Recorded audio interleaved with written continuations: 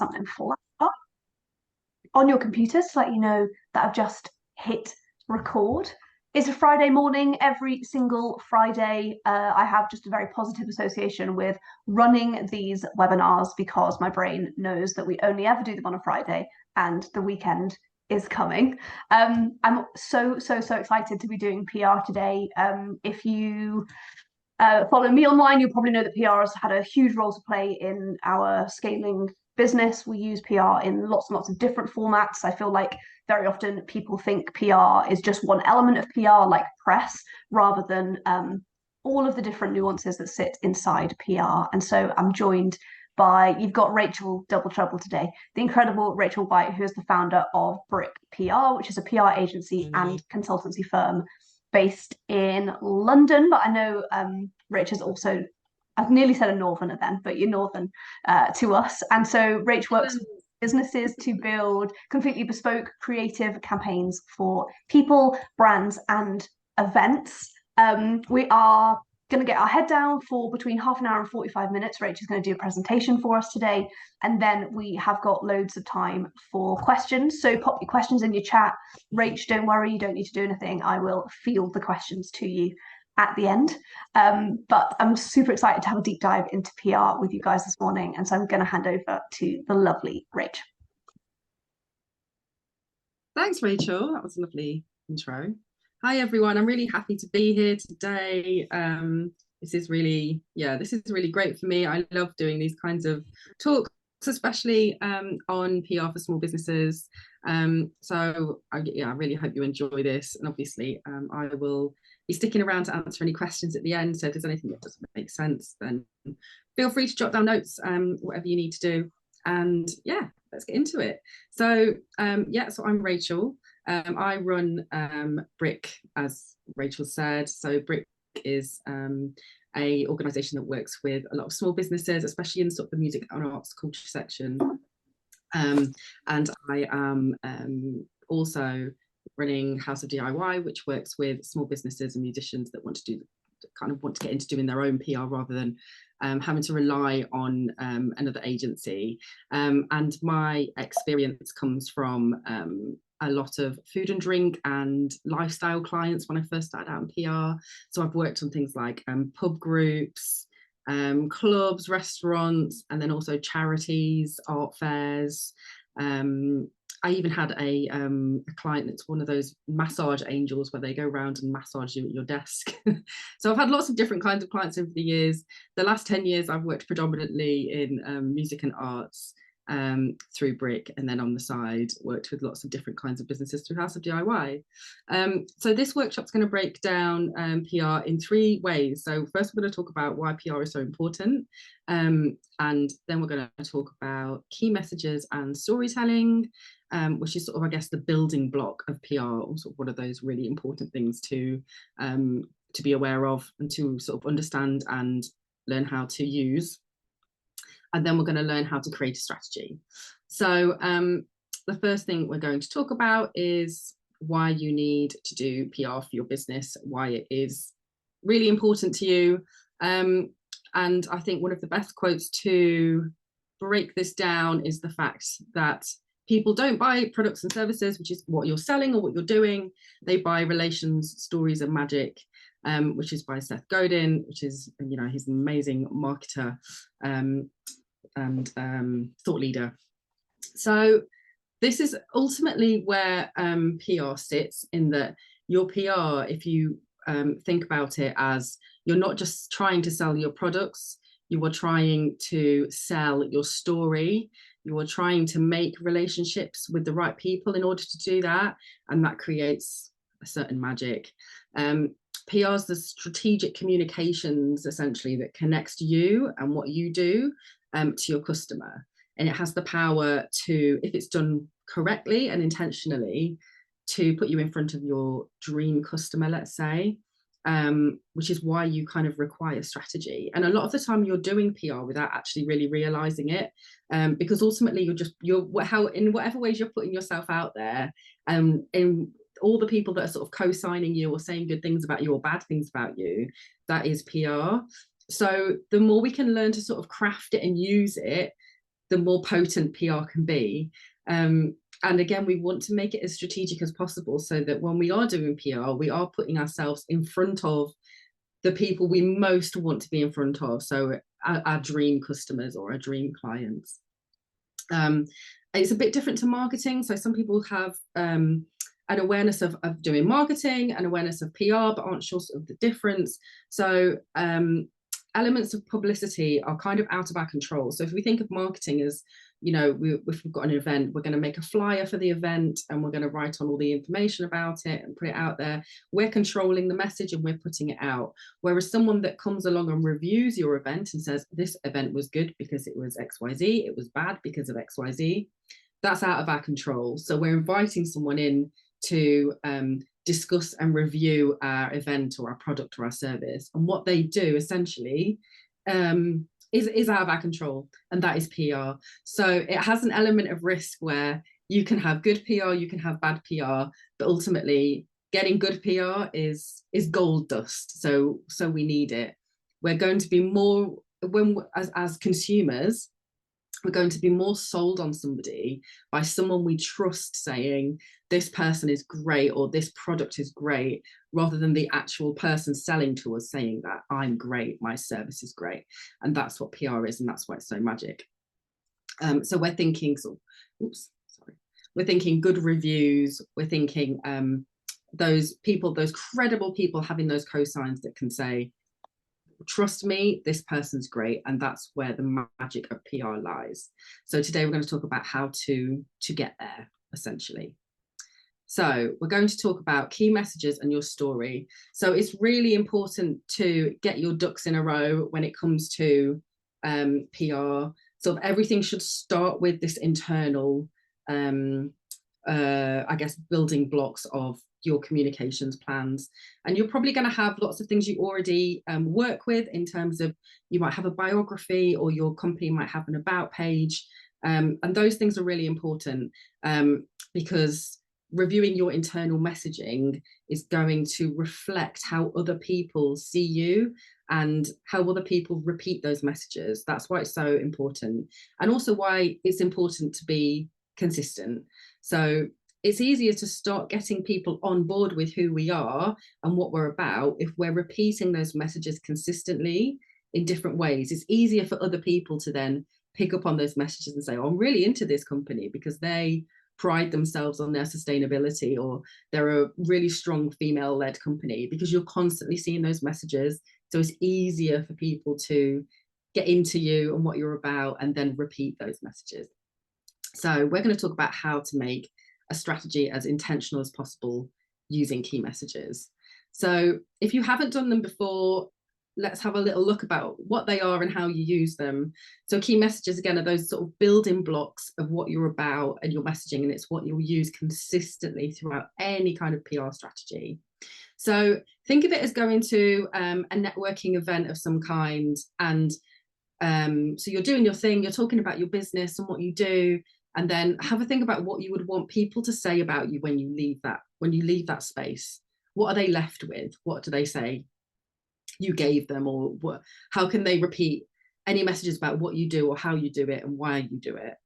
So you want to think about being quite concise. So less is more. You want to come up with between 3 to 6 messages. So again, it could be female-led company, cares deeply about sustainability, based in Lincolnshire and passionate about countryside, a theatre-led business that works within the arts, whatever it is that describes your company. And you want them to be strategic. So you want to define what you do and address your values and your personality for your audience. And I think the thing is with key messages, I think unless you use this kind of breakdown, it can be quite hard to sit and go, I don't know what my messages are. I think most people are using them all the time.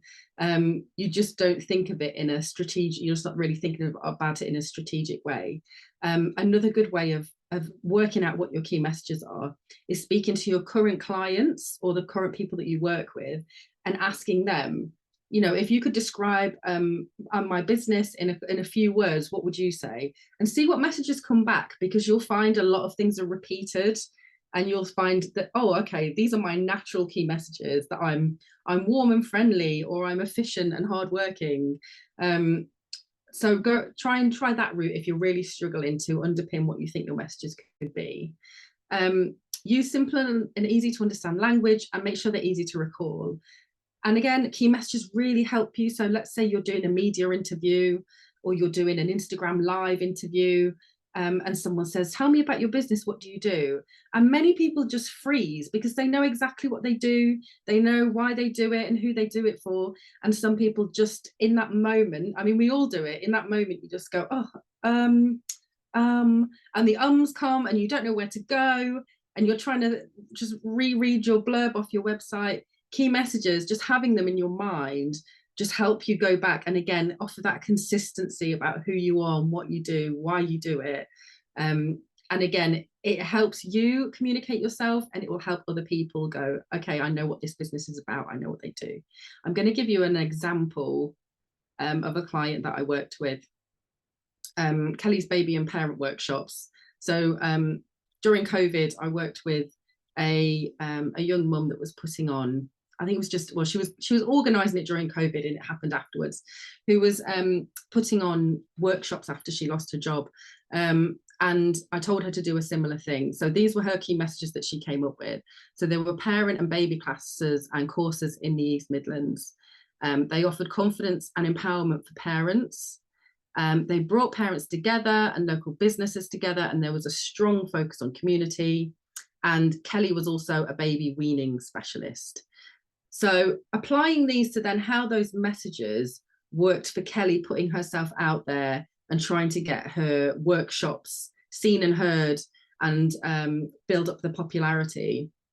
So for an example, it was important for her to work, it was very localized. It was in the East Midlands and she was working within her community. So she wasn't interested in getting national press or speaking in any national capacity. It was really important for her to get some local press. So she focused in on local press, and she got an interview with BBC Nottingham about the new courses that she'd put together.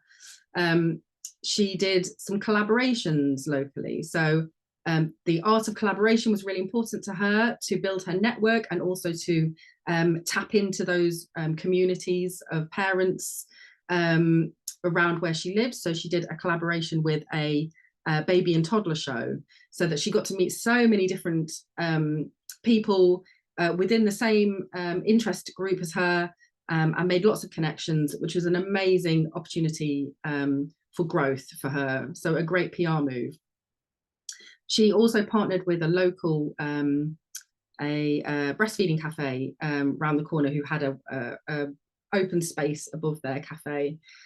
So again, that collaboration with a local business who also had an active community. They did events together, and that led to more support within the community and more interest in the workshops. She made a big focus on Facebook groups in her community, again, to get the word out. And as she wanted to be known as a baby weaning specialist, she did some sort of specialist press bits with some parent and baby magazines about baby weaning. So you can see how she used her key messages to then hone in on different areas to build her PR, ensuring that any PR she did worked back, sort of the thread between the PR she did and her key messages worked really seamlessly.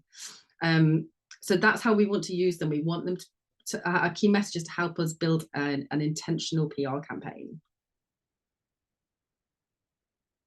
When you've got your key messages and you're quite confident with who you are and what you do and why you do it, we need to tell that story in more varied ways. So we want to build a press kit. A press kit's really key because it includes all of the things that the media would need to see from us if they want to cover us in any way. They want to write about our businesses and what we do, and they're very effective for, I mean, lots of different things. If you get let's say you're asked to go and speak at an event, or you do a partnership with somebody, they'll want to have all the assets for your company in one place. So it's just an amazingly effective thing to have anyway. So it's just a collection of your brand assets used to tell your story. So we're going to keep going back to telling your story. What are the assets? What's the content that can tell your story? And again, it can be used for media, potential partners, collaborators, whatever you need it for. Very handy. You can even have a link to it on your website so that people don't even need to come and ask you for it. They can go straight to it. Things that you want in your press kit. So your biography or your about page. So you might just be able to just lift this from your website, put it in a Word doc, and obviously for consistency, hopefully they're exactly the same. And again, it just tells the story of your business. Try and keep it relatively short. Try and not go over sort of a page, I'd say. Consistency, concise messaging when it comes to biographies and about pages is always more effective. We want imagery in there. So depending on what you do, you might have press shots or headshots of yourself. If you're a service provider, you might want pictures of products if you sell products, or if it's a space that you have, then it's nice pictures of the space. Make sure any images that you put in there are high resolution, so you want them at least over 1 megabyte. You probably want a good mix of landscape images, which work really well on laptops and computers, portrait, which work well obviously for mobile view, and then you might want a mix of color or black and white imagery. You don't have to have hundreds of pictures in there. I'd say that between 5 and 10 is great, but obviously if you're a product-led business and you've got lots of different products, then it would be perfectly fine to have a folder named with each of the products that you have, and have some cutout shots of everything. So have a think about what would go in your press kit. And it's not a one size fits all. Everybody's press kit's going to be completely different. If you're, say you're a coach or some sort of service provider, you might literally just have a press shot of yourself and a biography, and that might be absolutely fine. That might be plenty. You might be a much more complex business that has, like I said, lots of different products and things to sell, in which case make sure that whatever's in there is serving a purpose. And if a member of the media wants something from you, then everything they could possibly want can be found in there somewhere. And also what is in your press kit might change from season to season or from different times of the year. So at Christmas, for example, if you're focused on Christmas gift guides as part of your PR campaign, then it might be a case of having lots of different products in one space. Oh, have we got a baby on the call? I just muted everyone. Lots of different products in one place. That's absolutely fine. Just try and make your press kit work for you at any given time, depending on what you're pitching for, essentially. Okay.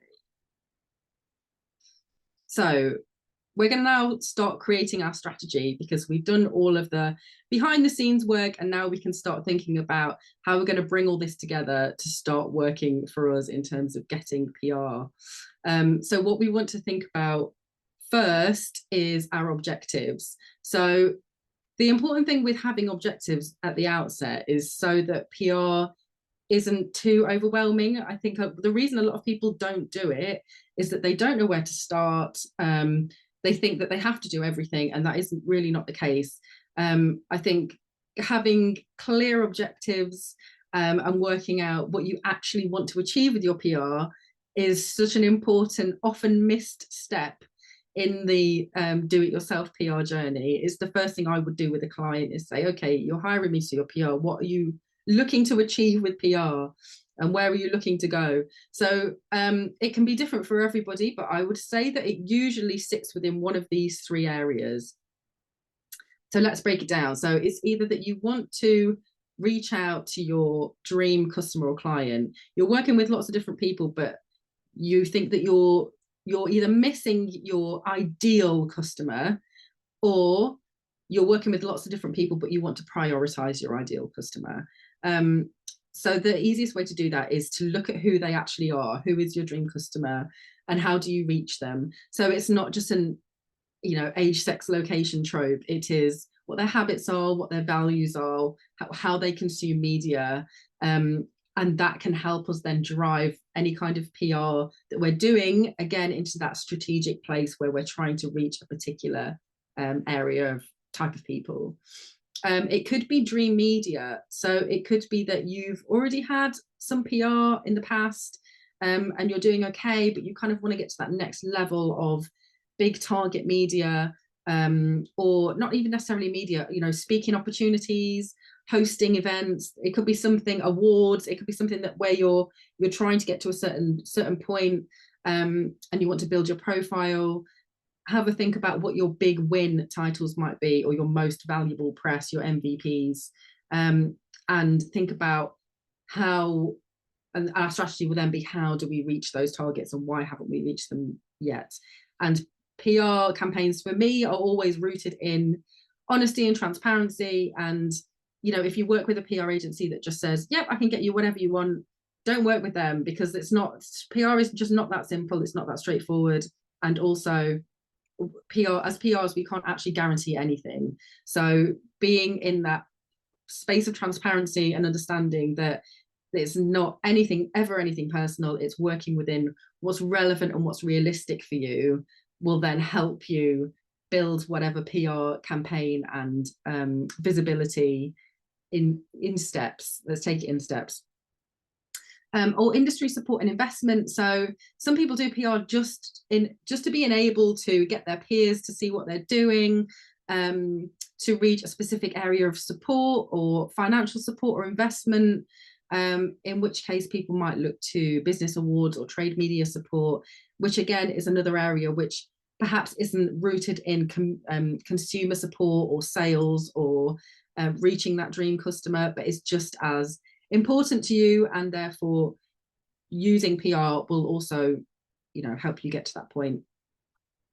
So if you've established what your objective or objectives are, you can then start thinking, right, I need to put together an active PR campaign. I think the first things you need to think about is what your strengths are, where your strengths lie, and what availability you have.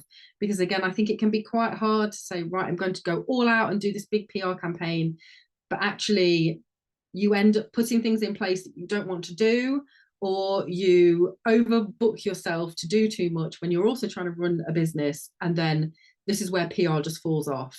You'll either start doing things that you start to dread, or you just don't have time to do it. So ahead of even doing anything proactive, think about where your strengths lie when it comes to promoting your business. So it might be that you are really uncomfortable and would never want to do a TV interview or speak in public or take part in a workshop or a panel or any of those things, in which case don't pitch for those things, because PR shouldn't be an exercise in dread and doom and something you really don't want to do. It should put you in your best light, where you're comfortable and you're happy to talk about your business and to put yourself out there. So don't try and sign yourself up for anything you don't want to do. That's the first thing. The second thing is, what are you actually available for? Because as business owners, we all know we are responsible for all aspects of our business a lot of the time. If not, we're operating with small teams. And again, if you're giving yourself too much to do when it comes to PR, it can be really overwhelming.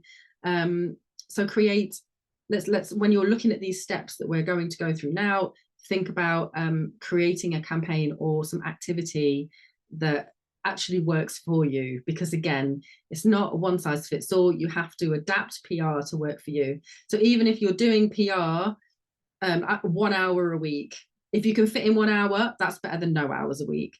So don't try to go, right, I need to do one whole day of PR every week now. That's not the case. You know, any kind of small bit of intentional strategic PR will go a long way. So one of the best ways to do this is to look at a PR calendar or create a PR calendar and look at sort of the hot spots of when you think you could be doing PR, for it to make sense for you as a business, and to make it as intentional as possible. So obviously we're coming to an end of a year soon. We're in November. So if we're looking at the new year and thinking, right, let's create a PR calendar for next year, have a think about what the big stuff is that's happening. So are you launching products? Are you launching new services? Are you having a milestone in your business? Like, for example, this year was our 10-year anniversary for Brick, and I planned content around that.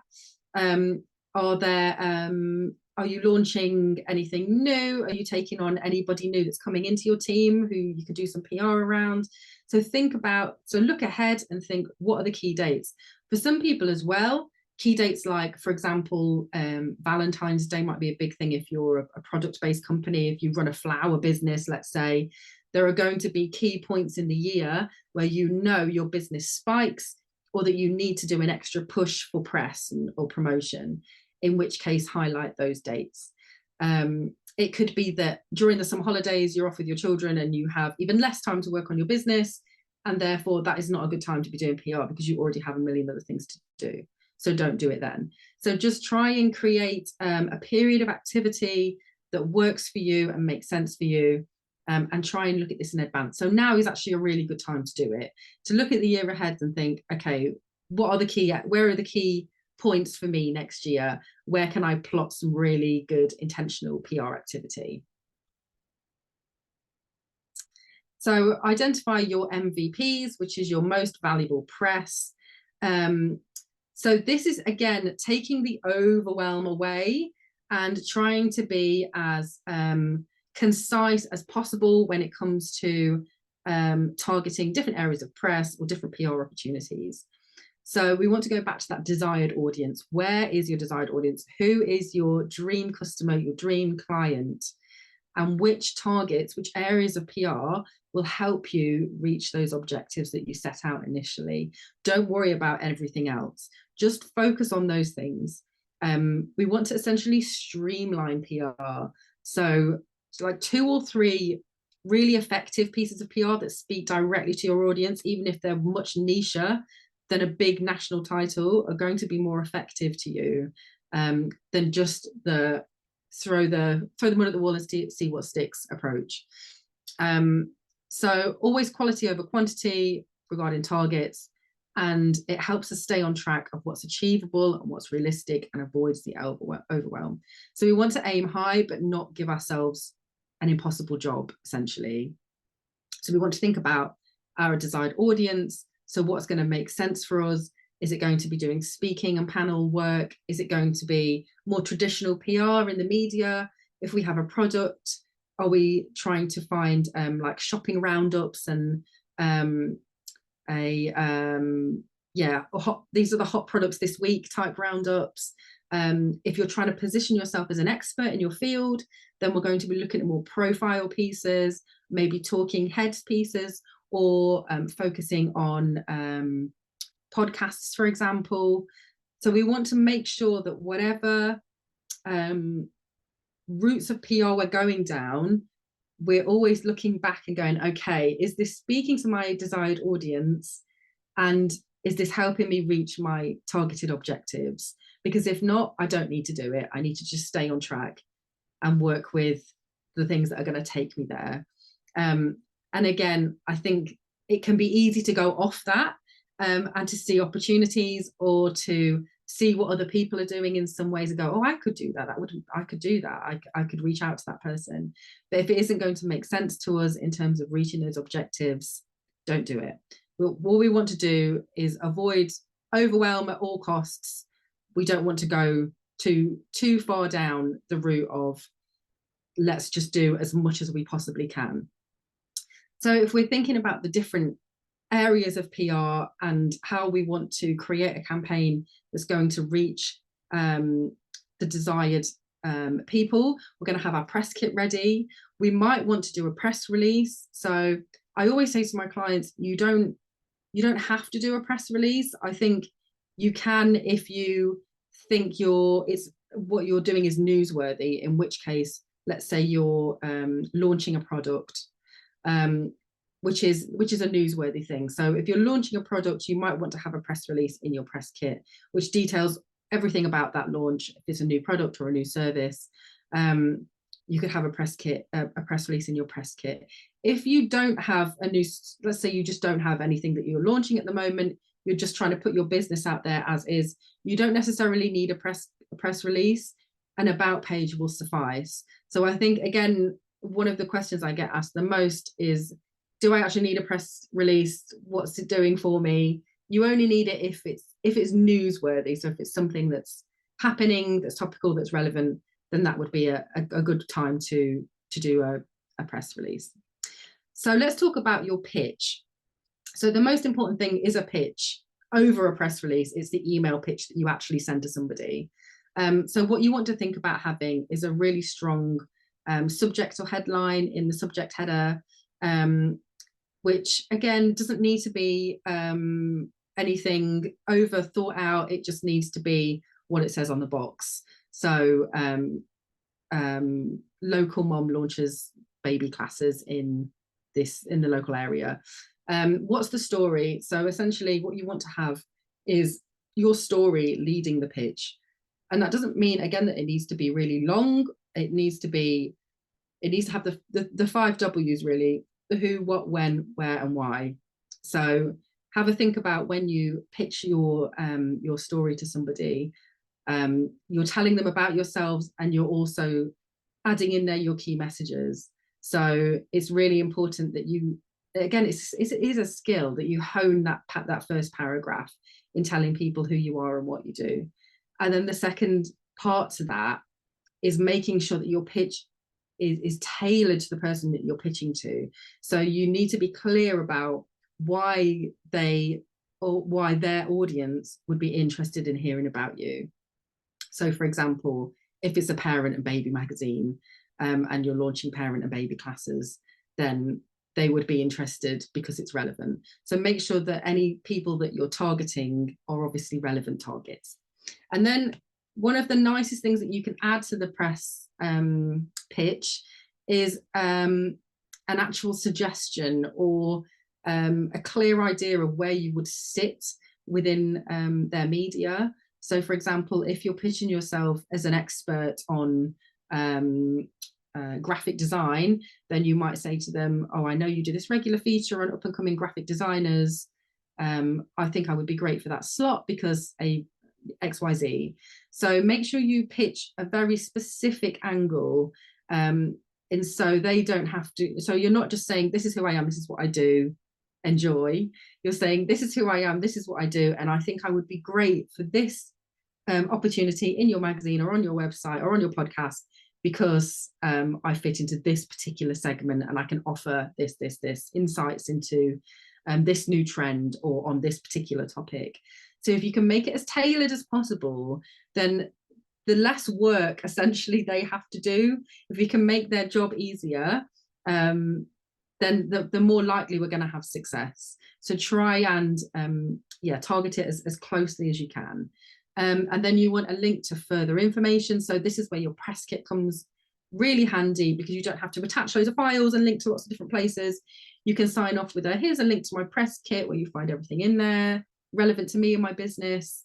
And again, this works great if you might be in the middle now of pitching to Christmas gift guides if you're a product-led business, which I know lots of people do. So if you're, let's say you're going through a stage of pitching to a load of online editors, trying to get in their online gift guides with your product, having that link to that press kit is so key because it links straight to all the imagery that they would need to see all of your lovely images of your products. And a call to action. So again, having that, this is what I think I would fit in for in your website or in your magazine or on your podcast. I'm available between now and Christmas, and I would love to hear from you. If you're pitching yourself for a talking heads piece or a guest article or something, you could say that you're happy to send a draft of something over to them to show them the kind of work that you do, those kinds of things. So try and just tailor it as closely as you can. And the other thing to try and make sure you do is to follow up on those pitches. So when you're emailing people for press opportunities or to speak at an event, you don't just send one pitch and leave it and go, oh no, nobody got back to me. You plot and you plan to follow up on those emails. Even as someone that's done PR for almost 20 years, the majority of the coverage that I confirm for my clients comes after chases. Always. If I get press confirmed after one email, I think it's the best day ever. It doesn't happen very often. Journalists and inboxes are absolutely rammed to the rafters. So it's really important that you follow up with people. And I would, as a rule of thumb, I'd do it sort of a few days or a week after, and I'd do it no more than twice, so I can chase up twice, and if they don't get back to me, then I'll leave it. But a really important part of pitching to remember.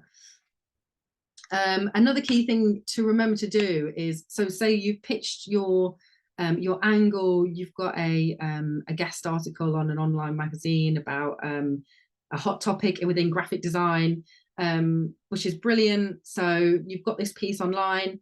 So let's not just rely on people going to this website and reading your article. We need to share it in as many places as we can, because that's going back to the credibility and the co-signing that we're getting from these trusted sources being shown to potential clients, your followers, your audience, your peers, the industry. We can't rely on just people going to that website and reading that article. So it's really important that we factor in sharing our PR wins. This can be a big stumbling block for a lot of people, because they don't like showing off or shouting about what they're doing right or the wins that they're getting, which is understandable. We're human. We are all like that in some capacity. I'm the same, and I do PR. But here's your reminder that it's so important to do. It's one of the most important parts of the PR strategy, is sharing these wins and working out how you're going to do that. So yeah, step one is actually securing the press opportunities. But if you're not sharing them, you're not utilizing your press. So have a think about how you would do that. And there's lots of different ways. So there might be ways that you would do it rather than others. So you could have a press page on your website which links to all the recent press bits that you've had. It could be a reel on, a highlight reel on Instagram, so that you can click through all the bits of press that you've had. It could just be a page of logos. So even if you don't want to link directly to different things that you've had in different places, or the different places that you've done talks or held events, you can just have their logos on a page, so that people can at least go, okay, this person's had cosigns from all of these different people. You might want to include it in your newsletter. You might want to put it in your email signature even, read my latest or listen to the latest episode of this podcast where I'm talking about this. The more places that people will see you in these credible places, the more PR you'll get, first of all, because you've got to remember other people that perhaps are gatekeepers within the media or on different platforms will say, oh, this person is really well versed in this topic. I'm looking for someone to talk about this. I'll speak to them and see if they want to do it. It leads on to other things, and it makes your PR become more authentic and organic, and it just starts to happen. I'm not saying that the next day you'll just get a million different PR requests, but it just helps it build in a way that it becomes a combination of people coming to you and asking if you want to do XYZ, and you pitching yourself out there to see if someone will help you do XYZ. And again, you might get asked to do things which don't align with what you're about or how you do things or reaching that audience, in which case, don't feel bad about saying no to opportunities. It's about the quality over quantity approach always, and make sure you share those wins. So in summary, we want to hone our key messages and our story. First and foremost is the most important thing to do. And it's just so key, and it helps in so many other areas of marketing, not just PR. If you can have that consistency, it will help people with, if you've got someone helping you with your social media, for example, and you can say, these are my key messages, it really can help them build content for you and target different people. So it's really important, and you can have it in an internal document in a folder and just have it there on a page, and you can always go back to it when you need to. It's a really important sort of foundational aspect of PR and marketing. Work to your strengths and availability. So if at any point you start doing PR and then you go, actually, I'm feeling quite overwhelmed by all this, go back to what your strengths are and what your availability is. Are you working outside of what you perceive to be your strengths and your availability? So are you working are you doing things out of your comfort zone, and are you working too hard and spreading yourself too thin? And instead of going, right, well, this PR isn't this isn't for me, I can't do PR anymore. Take a step back, reduce what you're doing, and go back again. Oh, okay, well, I started doing podcasts and I didn't want to do those. I felt actually quite uncomfortable talking and having my voice recorded. Then don't do those anymore. Reposition it. So always go back to what your strengths and availability are. Create intentional objectives. Think about what you want to achieve with your PR. It's, again, so important. Don't just start doing PR for PR's sake. What are you looking to achieve? Where are you hoping to go? How are you hoping this PR is going to help you get to that place? And keep going back to that. Excuse me. And if you do a period of PR and you think, actually, this isn't very effective in getting me where I want to go back to the drawing board and think about how you can adjust that in that case. Determine your MVPs, that's your most valuable press opportunities. And that could be, it doesn't have to be conventional, traditional media, as in magazines and newspapers and online blogs. It could be that you want to focus on podcasts, you want to focus on giving talks or getting speaking opportunities on social media. Work out where your area is and then determine what those key targets would be in that area, and make sure you're staying sort of realistic and relevant to what you're doing in order to manage your own expectations, which is also really key. And then share your wins. It's so important to share your PR, anything that you get that you're proud of or not proud of.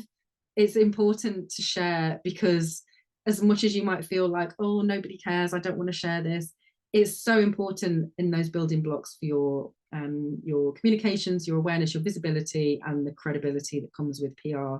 So share, share, share. And that's it. Thank you so much for listening. I hope you enjoyed, and I hope it was useful. And yeah, Q&A time. So I'll hand back over to Rachel. Thank you so much. Yeah, I'd love to open the floor up to some questions if anyone has any. Even just on your last point about like repeatedly sharing stuff, I feel like the statistics are crazy in terms of how few of your followers actually see the stuff that you put out, and like you are the only person that sees everything. So whilst you think that you're repeatedly talking about the same things, actually it's very rare that your audience will think that as well. And like you say, like being creative with it. So for us as nerdy accountants, actually, like the key points for us are not Valentine's Day and Christmas, but they're actually like budget updates, budget announcements. And right, within like 18 months, we got to the point where every single journalist wanted to speak to me over anybody else as an expert on budget day. And like, actually, it was having a vision, having a strategy, using every single resource that we've ever created before to build a picture to that journalist about why you are the only person that they should be speaking to on budget day. And like, it's fun, right? Like it's so fun to be able to do that and build it and like see that change within your business as well. So if anyone's got any questions, that happens quick, right? If someone just takes a liking to you and knows you can deliver, they will come back to you. They don't have time to go and find another expert or talking head on a particular subject. If you've done a good job, they'll come back to you and come back to you and come back to you again. And I'd say as well, like even sometimes we've done it with brands. So we've had really big brands like QuickBooks come to us and say, like, we want you to keep the entire day free.